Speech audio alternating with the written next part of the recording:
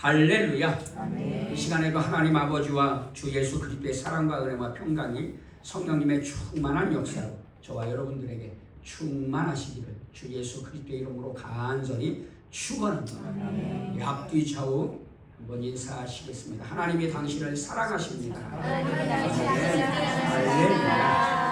아멘. 할렐루야. 교리가 뭡니까? 교리는 가르침이나 이치, 원리, 종교나 사상에서 옳다고 규정하여 가르치는 체계적인 진리, 원칙을 뜻합니다. 그러니까 그냥 쉽게 말하면 교리란 뭐냐? 우리가 믿는 바가 뭐냐 하는 것입니다. 그게 교리, 우리가 무엇을 믿느냐를 가르쳐주는 것이 교리라는 것입니다. 그러면 기독교는 어떤 것을 믿는 것입니까? 그 교리는 어떻게 우리가 만들어진 것입니까?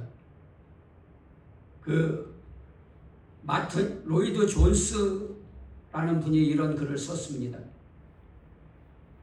우리가 성경을 통해 믿는다고 주장하는 모든 교리는 언제나 성경에 명확하게 기술된 것이어야만 합니다.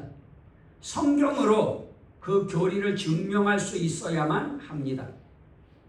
내가 주장하는 교리가 성경에서 찾아볼 수 없는 것이거나 성경이 그것을 증명하고 있다는 사실을 확증할 수 없을 경우에는 우리는 그 교리를 거부해야 합니다.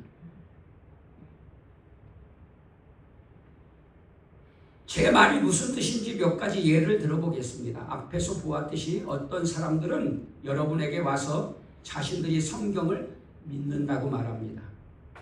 그리고는 여러분에게 그들의 교리를 설명합니다. 그러면 여러분은 묻습니다. 하지만 그 교리가 어디에서 나온 것입니까? 누가 교리를 말해요. 그리고 이렇게 성경을 믿는다고 말해요.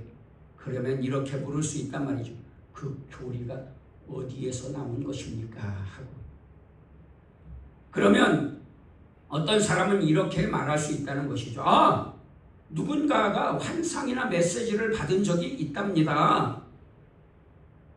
그리고 이런 말에 사람들이 익숙하단 말이에요. 그러니까 이렇게 말하는 사람들이 많단 말입니다. 환상이나 메시지를 받았습니다. 하지만 그런 말을 받아들일 마음이 전혀 없다고 우리는 말해야 한다는 것입니다. 그런 환상이나 메시지를 받았다고 하는 사람들의 말을 받아들일 이유가 전혀 없다는 말이죠. 누가 그 말을 하는지 혹은 그가 얼마나 엄청난 체험을 했는지는 중요하지 않습니다. 그 말이 성경에서 그리고 성경으로 확증될 수 없다면 그것은 아무런 가치도 없습니다. 하지만 사이비 종교에 대해서만 말하는 것이 아닙니다.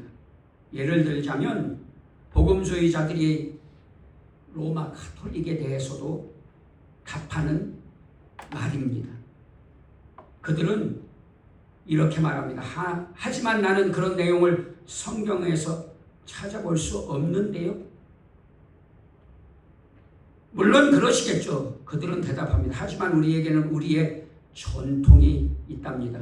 계시는 신약 성경이 완성될 때 끝날 것입니다. 그 후에는 진리를 하나님께로부터 직접 받아왔습니다. 사도직과 사도적 깨달음은 계속 이어져 왔으며 그렇기 때문에 우리는 교회의 전통과 가르침이 성경과 대등한 권위와 가치를 지니고 있다고 주장합니다. 그러니까 가톨릭은 이렇게 주장한다는 것입니다. 교회와 교회의 전통이 성경과 동일하다. 그런데 우리는 확고하고 결연하게 이렇게 말해야 합니다. 아니요! 우리는 어떤 가르침이 스스로에 대해 어떤 권위를 주장하든 신경 쓰지 않습니다. 그것이 성경으로부터 입증되지 못한다면 우리는 그 가르침을 거부합니다. 그러니까 어떤 가르침이 성경적이지 않으면 그건 가치가 없단 말입니다. 그리고 우리는 인간의 능력이나 이해로부터 기원한 것으로 보이는 모든 교리적 주장에 대해서도 동일하게 말합니다. 예를 들어 로마 가톨릭에는요 화채설이 있는데, 화채설이 뭡니까? 우리가 성찬을 하잖아요. 그럴 때에 포도주를 마시고 떡을 뗀단 말입니다. 그런데 이 포도주와 떡이, 화채설은 포도주와 떡이, 우리가 이렇게 포도주와 떡이지만 먹는 동시에 예수님의 피와 살이 된다 하고 믿는 것을 화채설이라고 말합니다. 로마 가톨릭은 사제의 행위에 의해 성찬대에 놓인 떡이 주 예수 그리스도의 몸으로 실제로 변화한다고 가르칩니다. 하지만 그건 여전히 떡처럼 보이는데요 라고 우리가 말할 수 있습니다. 여러분, 만약에 정말로 실제로 어쨌든지 간에 사제의 권위든 뭐든지 간에 이 포도주와 떡이 실제로 예수님의 몸과 예수님의 살과 피로 바뀐다고 하면 결과적으로는요 우리가 예수님의 살을 먹고 예수님의 피를 마시는 거잖아요. 그러면 결과적으로는 식인종이 다를 바 아니잖아요. 예수님은 사람으로 오셔서 살과 피를 가지신 분이셨는데 우리가 사람의 몸을 먹고 사람의 피를 마시면 그게 식인종이지 그게 뭐가 다르겠습니까? 이건 영적인 의미가 있는 것이지 실제로 우리가 피와 잔과 떡을 뗄 때에 예수님께서 피를 흘리시고 십자가에 살이 찢기시고 죽으신 그 고난을, 고통을 상징하는 상징적 의미가 있고 영적인 의미. 그래서 우리가 예수님께서 우리를 위해서 피를 흘리시고 살이 찢기시고 우리 죄를 대속하셔서 죽으셨구나, 이것이 우리의 구원의 은혜구나 하는 영적인 의미가 있는 것이지 실제로 살이 되거나 피가 되지 않는단 말이에요. 상식적으로 생각해 보십시오. 만약에 실제로 그게 예수님의 실제 살이 되고 실제 피가 됐어, 그러면 우리가 사람의 몸을 먹고 사람의 피를 마시는 식인종이란 말입니까? 그렇지 않단 말이죠. 그러니까 그것이 거짓이란 말입니다. 그러니까 그것이 잘못됐다는 것이죠. 그러면 물론 그렇게 보이지요. 그리고 나서 그들은 자신들의 철학을 동원해 어떤 물체의 실제와 우연적 성질 간의 차이가 있다고 말합니다. 실체는 변화했으나 우연적 성질은 여전히 그대로 남아있다고 설명합니다. 놀라운 철학입니다. 그러나 우리는 그 설명이 아무리 치밀하고 교묘하다 하더라도 성경에서 찾아볼 수 없거나 성경으로 입증할 수 없는 교리는 인정하지 않습니다. 기독교의 교리는요, 성경적이지 않으면 아무것도 인정하지 않는단 말입니다. 오직 성경 중심이란 말이죠. 그러나 우리는 그 설명이 아무리 치밀하고 교묘하다 하더라도 그것이 성경에서 찾아볼 수 없는 말이라면 믿을 가치가 없다는 말입니다. 우리의 교리는 오로지 성경적인 것이 되어야 합니다. 우리는 명백히 성경 밖에서 온 모든 교리를 거부해야 할 뿐만 아니라 부분적으로는 성경적이고 나머지는 다른 무엇인가로부터 온 교리 역시 받아들이지 말아야 합니다. 그래서 그게 성경에 밖에서 온 것이든지 아니면 어떤 사람들은 이렇게 믿는단 말입니다. 어떤 사람들은 성경을 부분적으로 받아들인단 말이에요. 어떤 것들은 하나님의 말씀으로, 어떤 성경은 하나님의 말씀이 아닌 것으로 받아들인단 말이죠. 그러면 우리는 그것을 거부해야 한단 말입니다. 믿을 수 없단 말이죠. 왜냐하면요, 또 상식적으로 생각해 보십시오. 성경 66권이 있는데 어떤 건 하나님의 말씀이고 어떤 건 하나님의 말씀이 아니에요. 그럼 도대체 어떤 걸 믿고 어떤 걸 믿지 말아야 합니까?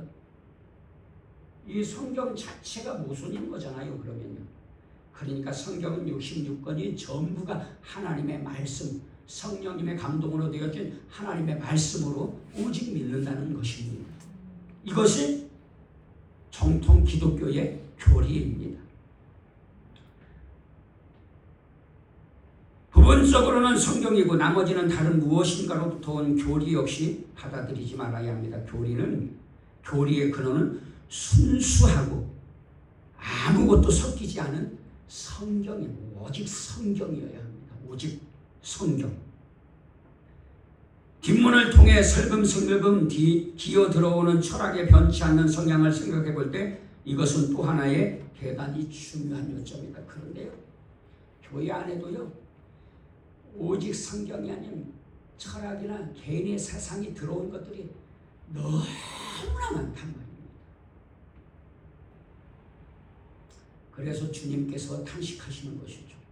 말세에 내가 믿는 자들을 보겠느냐 하고 말입니다. 여러분, 오늘 저와 여러분들의 믿음은 순수한 성경이어야 합니다.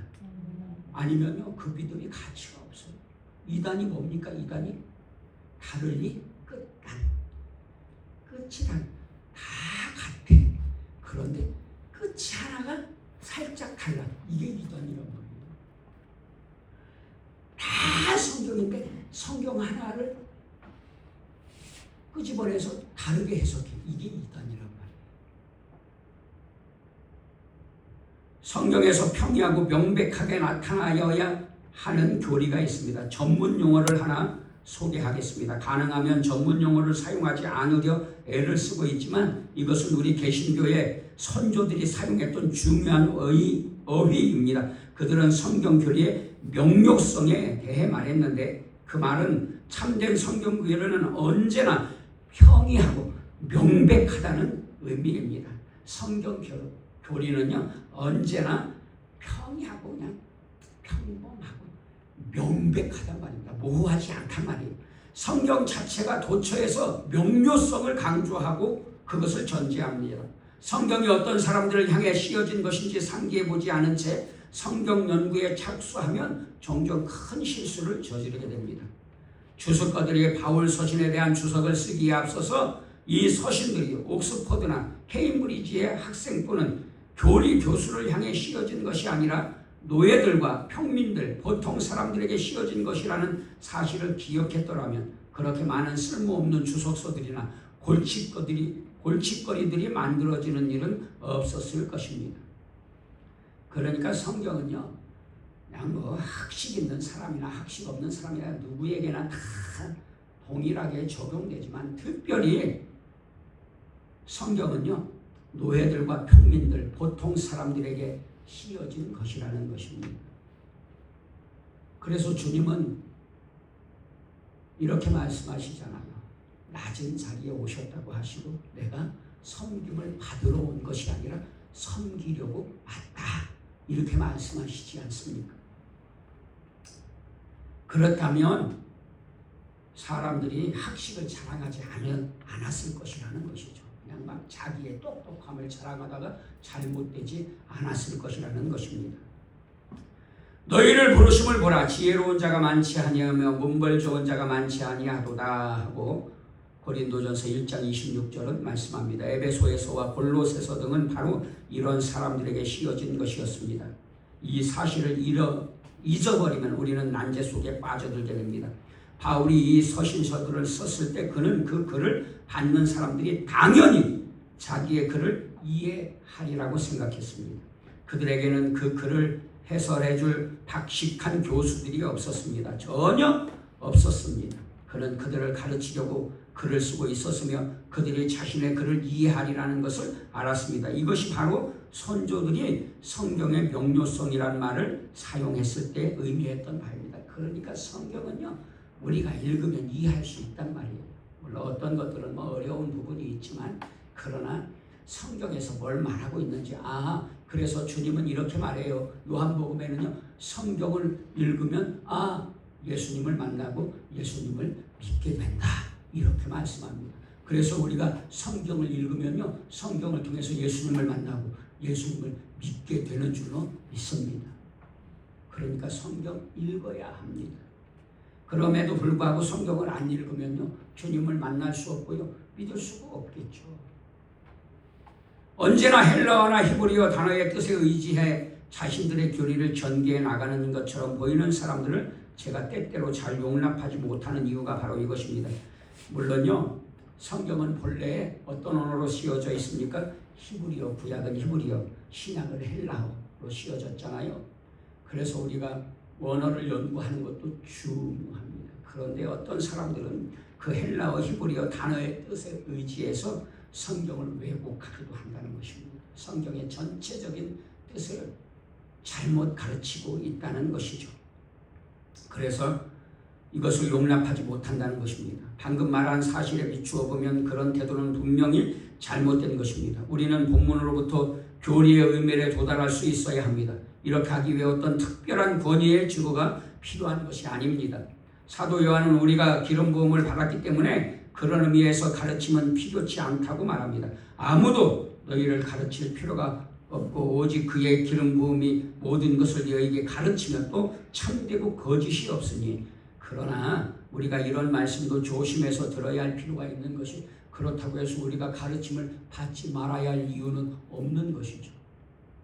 당연히 가르침을 받아야 하는 것이죠. 그래서 우리는 보통 사람들은 성경을 읽기에 적합하지 않고 오직 카톨릭 교회만이 성경을 바르게 해설할 수 있다고 하는 로마 카톨릭의 주장을 거부합니다. 중세 시대에는요, 카톨릭 성경을요, 누구만 볼 수 있었습니까? 라틴어로 기록되어 있고요, 신부들만 성경을 읽고 해석할 수가 있었단 말이에요. 평신도들은요, 성경을 볼 수가 없었단 말이에요. 읽을 수가 없었단 말이에요. 그런데 이런 것들이 잘못됐다는 것이죠. 성경은 누구에게나 주어진, 누구나 읽어도 이해할 수 있는 하나님의 말씀이라는 것이죠. 우리는 성경이 바로 우리와 같은 사람들에게 씌워졌으며 우리와 그들은 당연히 그것을 이해할 수 있다고 말합니다. 같은 이유로 우리에게 이해하기 쉽고 정확한 번역본이 주어진 한 성경을 이해하기 위해 어떤 특별한 철학이나 언어학적 이해 혹은 다른 언어에 대한 지식이 절대적으로 필요하다는 생각도 완전히 거부합니다. 그러므로 다시 한번 말하건대 우리는 로마 카톨릭의 가르침을 거부합니다. 여러분, 그러니까요, 학식 자랑하는 사람들의 그런 교묘한 교연 영색이요, 현혹되고 미혹되지 마시고, 헬라어가 어떻고 히브리어가 어떻고, 여러분 헬라어도 중요하고 히브리어도 중요하고 언어를 연구하는 것, 영어를 잘하는 것도 중요해요. 제가 늘 말씀드리는데, 그런데요, 여러분, 우리에게 있는 번역 성경, 개역 개정 성경도요, 오류가 없는 하나님의 말씀입니다.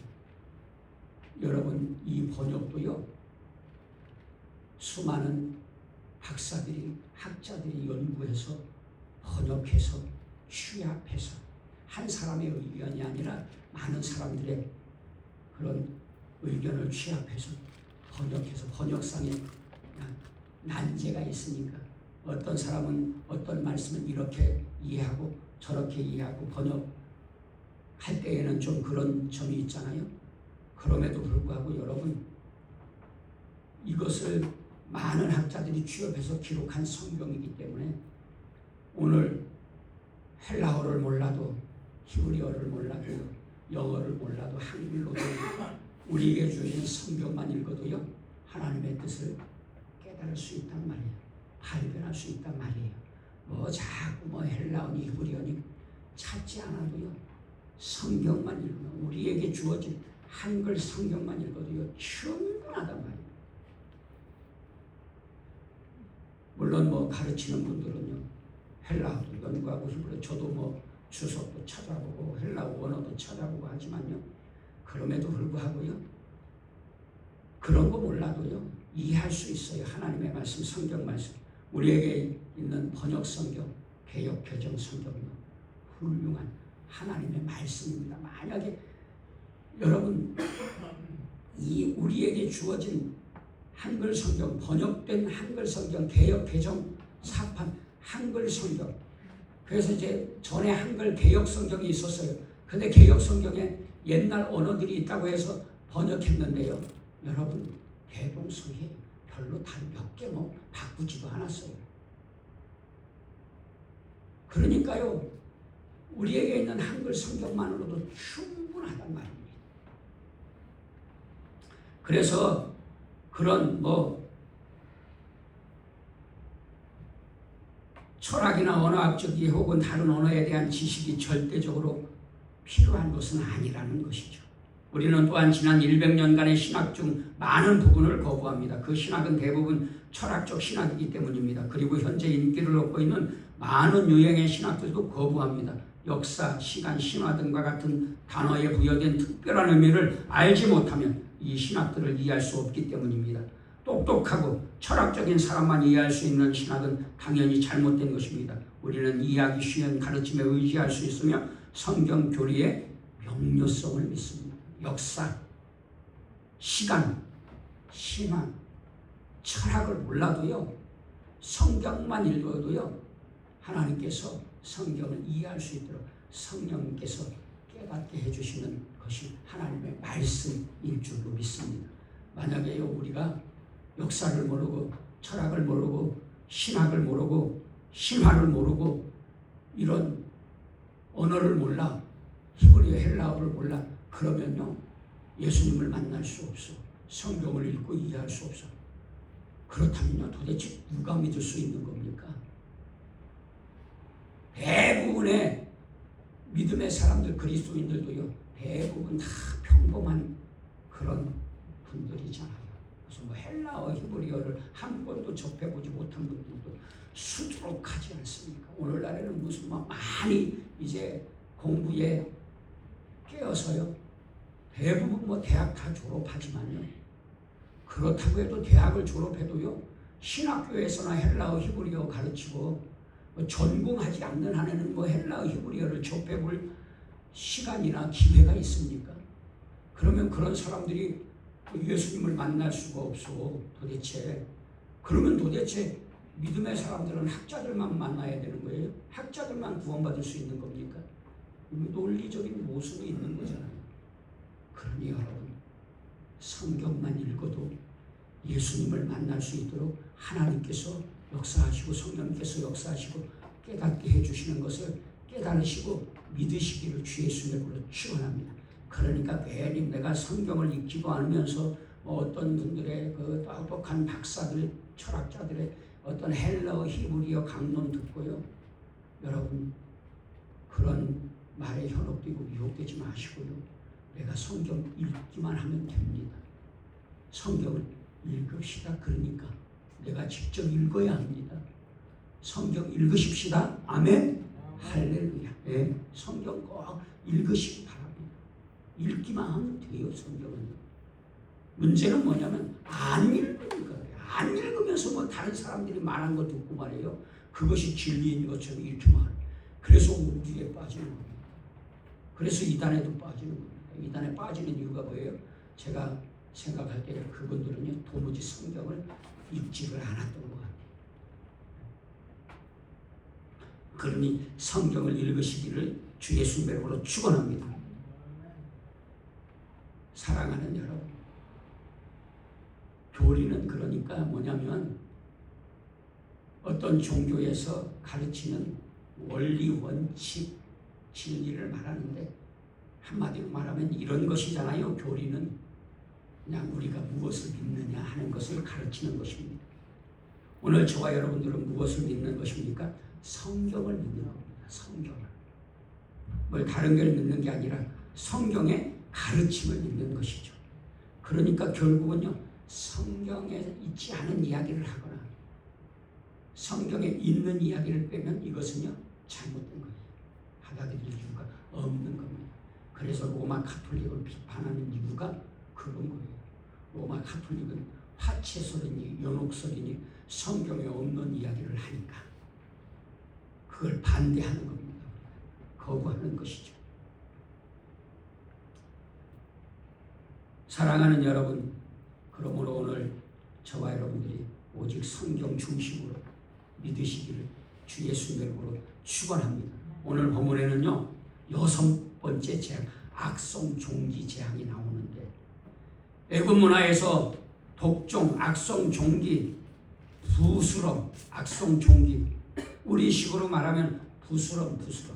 우리 어릴 때에요 막 위생관리가 철저하지 않으니까 우리 친구들도 막 머리에 부스럼 나는 사람들 많았거든요. 그래서 이런 부스럼, 염증성 피부질환을 말하는데, 이것은 단순히 피부병이 아니라 치료 불가능한 수치스러운 고통의 의미를 말해요. 그런데 성경에 나오는 악성 종기는 단순히 부스럼이 아니라 하나님의 내리신 재앙으로서 치유 불가능한 수치스러운 고통을 의미했죠. 애굽에서 이런 것들은요, 사자머리를 가진 전쟁과 질병의 여신 세크메트가 있었는데요, 심판과 동시에 치유의 여신으로 숭배되었다고 합니다. 역병과 종기를 내리기도 하고, 이 세크메트 전쟁과 질병의 여신은요, 역병과 종기를 내리기도 하고 치유하기도 한다고 믿었습니다. 그런데 하나님께서 이 애굽에 악성 종기가 생기게 해서 이 세크메트가 허상임을 알려주시는 겁니다. 가르쳐 주시는 겁니다. 전쟁과 질병의 여신 세크메트를 믿는데 그런 사람들이 다 악성 종기가 생겼어요. 심지어 제사장들조차도요, 악성 종기가 생기고요, 그걸 치료할 수가 없어요. 그래서 결국은요, 이 세크메트 여신이 허상임을 알려주시는 겁니다. 세크메트의 영역을 하나님께서 무력화하시는 것입니다. 심판하시는 것입니다. 임호텍, 토토의 애굽의 의술신이 있습니다. 그런데 그런 의술신을 믿어서도 종교는 애굽의 모든 사람들에게 났습니다. 퍼졌습니다. 그리고 치유하지 못했습니다. 애굽의 의술신이 무능함을, 허구임을 드러낸 것입니다. 그리고 하덕의 죄는요, 죄를 하늘에 뿌리는 행위는 애굽에서 저주의식과 유사했는데, 바로 앞에서 그 죄를 뿌린 것은요, 바로의 권위와 신성을 무력화하신 것이죠. 술객은 마술사인데, 술객들의 불복은요, 세 번째 재앙부터 나타나는데, 하나님의 그 술객들이, 그 마술사들이, 애굽의 술객들 마술사들이 출애굽기 3장에서부터 이렇게 고백합니다. 말합니다. 이는 하나님의 손가락이라고 인정하기 시작합니다. 그래서 여섯 번째 재앙에서는 아예 이런 술객들은 등장하지도 않습니다. 마술사들은요, 등장하지도 않아요. 그래서 결국은 애굽 종교 체계의 완전한 붕괴를 보여주는 것입니다. 아, 이런 우상들이 완전히 허구구나, 허상이구나, 아주 쓸모없는, 아무것도 할 수 없는 존재구나 하는 것을. 그래서 성경에는요, 우상에 대해서 계속해서 말씀하시잖아요. 반복해서. 우상은 말할 수도 없고, 볼 수도 없고, 움직일 수도 없고, 생각할 수도 없고, 들을 수도 없는 그런 헛된 존재로, 우상을 섬기는 자들은 우상과 같이 쓸모없는 존재가 될 것이다 라고 계속 말씀하고 계시잖아요. 그리고 바로는 애굽에서 신적인 존재로 숭배되었습니다. 바로는 단순히 인간의 왕이 아니라 신의 대리자, 신적인 존재, 신의 아들로, 바로는 신의 현현으로 숭배되었지만, 바로의 몸에도 뭐가 생겼어요? 종기가 생겼어요. 그러니까 그게 거짓심이 밝히 드러난 것이죠. 그 신성이 파괴된 것이죠. 하나님의 주권을 보여주신 것이죠. 결국 죄의 결과는 영과 육을 파괴하고 인간의 지혜와 의술로는 해결 못함을 가르쳐 주시는 것입니다. 오직 하나님만이 예수 그리스도를 통해서 해결해 주실 수 있는 것입니다. 사랑하는 여러분, 오늘도 마찬가지입니다. 죄의 결과는요, 결국은 영과 육의 파괴를 가져오고요, 그것을 해결하실 분은 오직 하나님만이 예수 그리스도를 통해서 해결해 주시는 것을 깨달으시고 믿으시기를 주 예수 이름으로 축원합니다. 세상의 권세자들, 세상의 왕, 바로 세상의 문화, 세상의 우상들, 이런 것들이 우리의 죄를 해결해 주지 못합니다. 오직 하나님만이 예수 그리스도를 통해서 저와 여러분들의 죄를 구속해 주시고 씻어주시고 해방시켜 주시는 것을 깨달으시고 믿으시기를 주 예수님의 이름으로 축원합니다. 그래서 예수님을 믿으라고 하는 겁니다. 오직 예수님만이 길이요 진리요 생명입니까? 다른 길이 없으니까요. 예수 외에 다른 길이 없으니까요. 오직 예수님만이 우리를 구원해 주시고 해방시켜 주시니까요. 그래서 예수님을 믿으라고 하는 겁니다. 아니면 예수님을 믿지 않으면 영원한 지옥의 형벌을 받을 수밖에 없으니까요. 그러니까 사랑하는 자들에게 예수님 믿으라고 하는 겁니다. 듣기 싫어해도, 듣지 않으려고 해도 사랑하니까, 지옥의 형벌을 받으면 안 되니까, 영과 육이 파괴되고 결국 비참해지고 지옥을 살아야 하니까, 그러니까 예수님 믿으라고 하는 겁니다. 그러니까 말하는 겁니다. 계속해서 말하는 겁니다. 그러니까. 그럼에도 불구하고 하나님의 은혜를 거듭 거절하면 결국 돌이킬 수 없는 심판에 처하게 되는 겁니다. 바로는요, 고집이 세고 악해서, 완고해서 악해서 결국 망했잖아요. 역사가들이 증명하기를 결국 그 당시 애굽의 정권이 전복되었다고 해요. 하나님을 거역하고 대적하다가는 이렇게 되는 겁니다. 어떤 나라든지, 어떤 강대한 나라든, 어떤 강한 권세든지, 아무리 강력한 권세가 하나님을 거역하고 대적하면 망할 수밖에 없는 겁니다. 그래서요, 동성애 차별금지법이라든가 만상낙태법이라든가 교회 폐쇄법 같은 것들을 우리가 반대하는 겁니다. 왜? 하나님을 거역하고 대적하는 길로다가 그럼 결국 망해. 그게 뻔히 아는데 알면서도 말하지 않으면 같이 죽자는 거죠. 그러니까 교회에서 그런 말 듣기 싫어한다고 안 하잖아요. 이건요,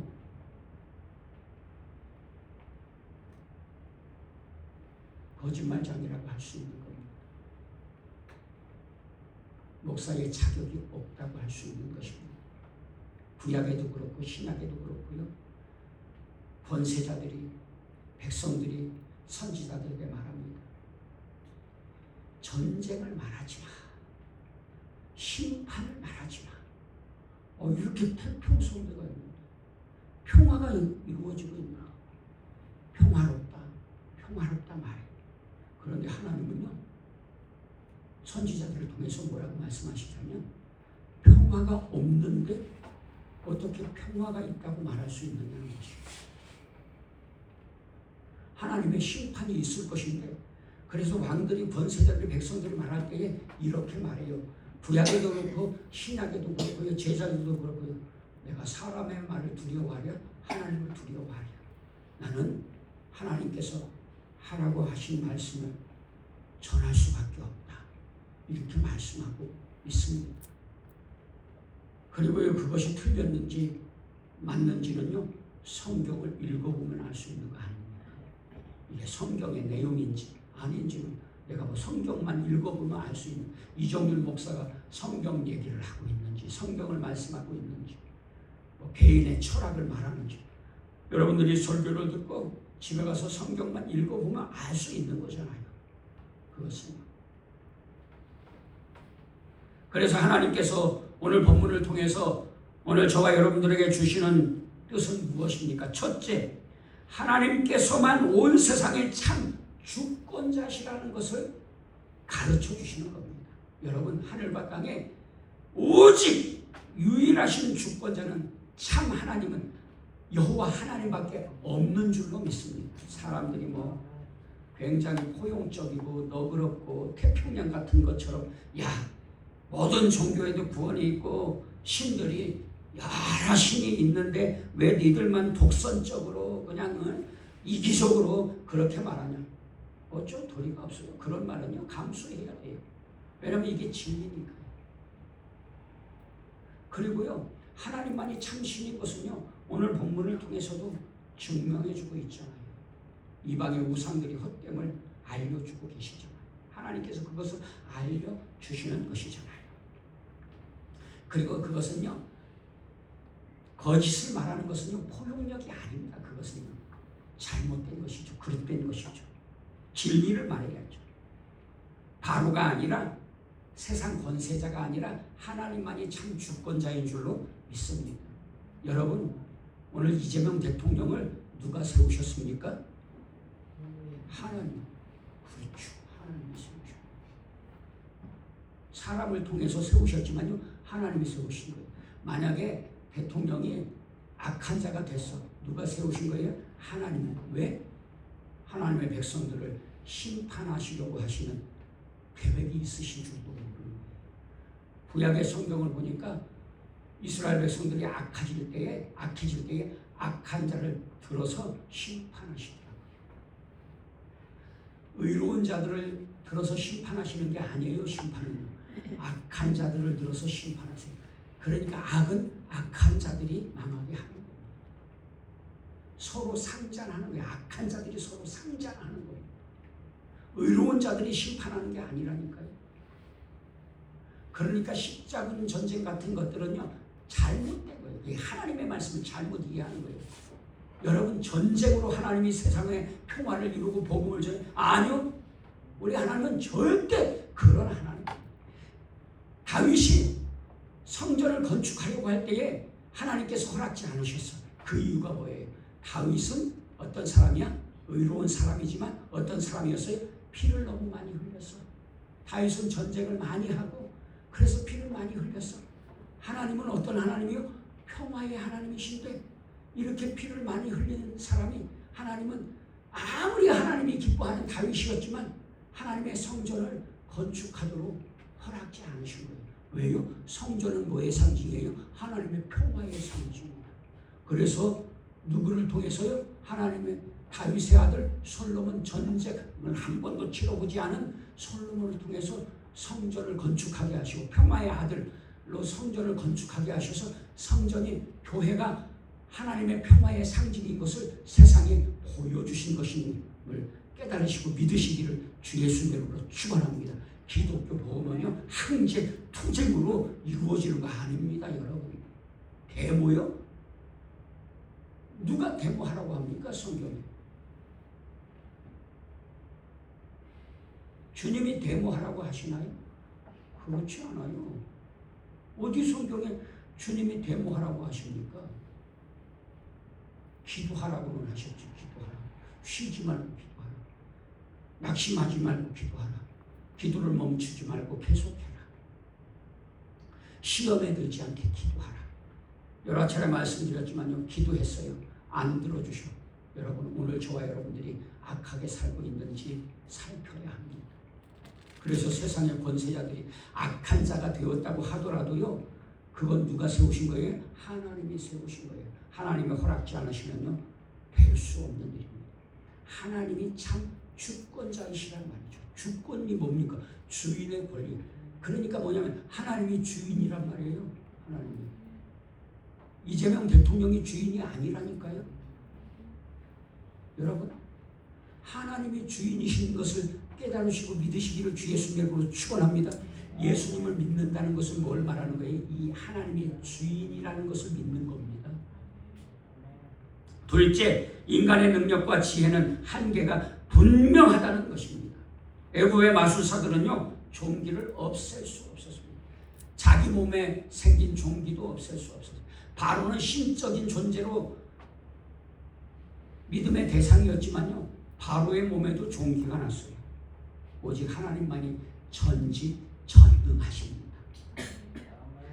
셋째, 하나님의 은혜를 계속 거부하면 마음이 점점 죄로 굳어져 돌덩이가 되는 거예요.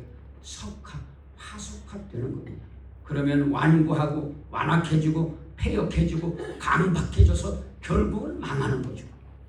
넷째, 하나님께서는 자기 백성을 구원하시고 보호해 주십니다. 그럼에도 불구하고요, 애굽의 종기가 다 모든 사람에게 퍼졌지만요, 어떤 사람들에게는 종교가 퍼지지 않았어요?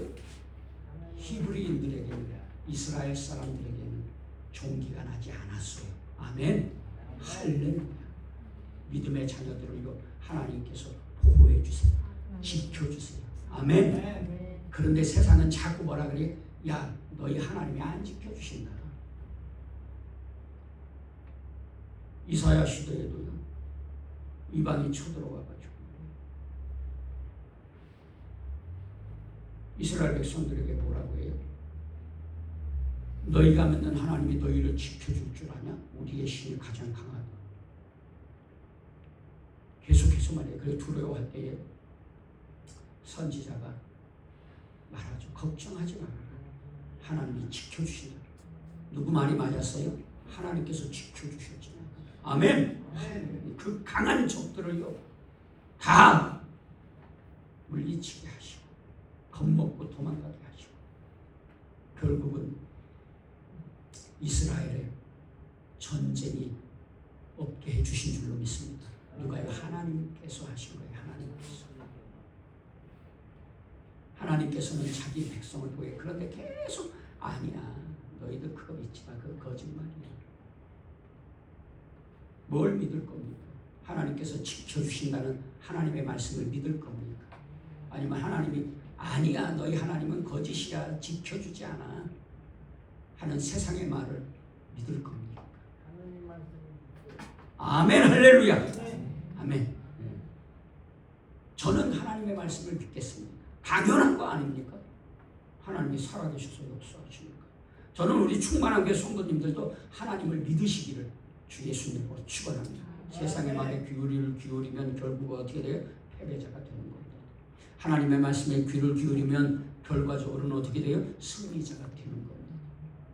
형통케 되고 합력해서 선을 이루시는 하나님께서 예수 그리스도께서 십자가에서 우리의 죄를 대속하시고 죄와 사망의 사슬에서 우리의 결박을 푸시고 해방시켜 주시어 자유케 해 주신 줄로 믿습니다.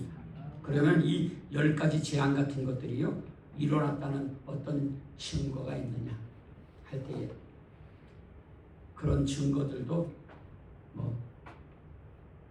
있다고 믿는 분들도 계시고 그것은 아니라고 생각하는 사람들도 있습니다. 고대 이집트 문헌 가운데 이프와 파피루스에는 다음과 같은 내용이 기록되어 있다고 합니다. 강이 피가 되었다. 애굽의 강이 피가 되었다. 나라 전체에 재앙이 임했다. 종들이 주인을 다스렸다. 온 땅에 죽음이 가득했다. 곡식이 파괴되었다. 이게 성경에 나오는 10가지 재앙의 결과였지 않습니까? 또 메르네프타 석비에는요. 기원전 1208년경 이집트 왕 메르네프타가 세운 비석인데 여기에 이스라엘이 황폐해졌다라는 문구가 있는데 이 비문은 성경 외 문헌에서 이스라엘이라는 이름이 처음 등장하는 기록으로 알려졌다고 합니다. 즉 출애굽 이후에 이스라엘 민족이 실제로 존재했다는 강력한 역사적 증거 중 하나라는 것이죠. 그런데 이집트 기록의 특성에는요. 이런 얘기들이 잘 안 나오는데 그 특성이 뭐냐면 고대 이집트는 왕의 패배나 재난, 국가적 수치를 거의 기록하지 않았답니다. 사실 우리의 역사도요 다 믿을 바가 못 되는 게 옛날 조선시대나 이런 왕권 시대에는요 강력한 왕들은요 역사도요 자기 마음대로 기록하는 거예요. 사실을 기록하는 사가들이 사실을 기록하는 게 많은 사가들은 생명을 걸고 사실을 기록했지만 어떤 왕들은요 강권적으로 자기 입장에서 이렇게 왕들을 찬양하도록 기록하게 하고 그렇게 했다는 것이죠. 애굽은 특히나 그랬다는 거예요. 선전 중심의 역사 기술 관행이 있었는데 역사 수정주의 관행이 있었습니다. 파라오 왕들, 애굽의 왕들은 수치와 패배의 기록을 지우는 것으로 악명이 높았으며 왕실 비문은 실제로는 패배했음에도 승리를 선포하는 선전으로 가득했다. 그러니까 애굽의 10가지 재앙을 통해서 애굽이 쫄딱망하고 패배했지만 이런 기록은 하지 않았다는 것이죠. 그래서 애굽의 기록에는 이런 게 기록되지 않았단 말이죠. 예를 들어 전쟁에서 패해도 승리한 것처럼 기록하는 경우가 많았는데 따라서 바로가 모세에게 하나님께 굴복하고 노예들이 떠나는 사건이 있었다 해도 공식 기록에는 남아있지 않을 가능성이 매우 높다는 것입니다. 그러나 성경의 관점은요, 성경이 강조하는 가장 중요한 근거는 하나님 자신의 말씀입니다. 출애굽기 7장에서 12장에서 하나님께서는 반복해 말씀하십니다. 애굽 사람이 나를 여호와인 줄 알리라. 애굽 사람이 나를 여호와인 줄 알리라. 바로가 나를 여호와인 줄 알리라. 또 이스라엘 백성들도 나를 여호와인 줄 알리라 하고 말씀하시죠.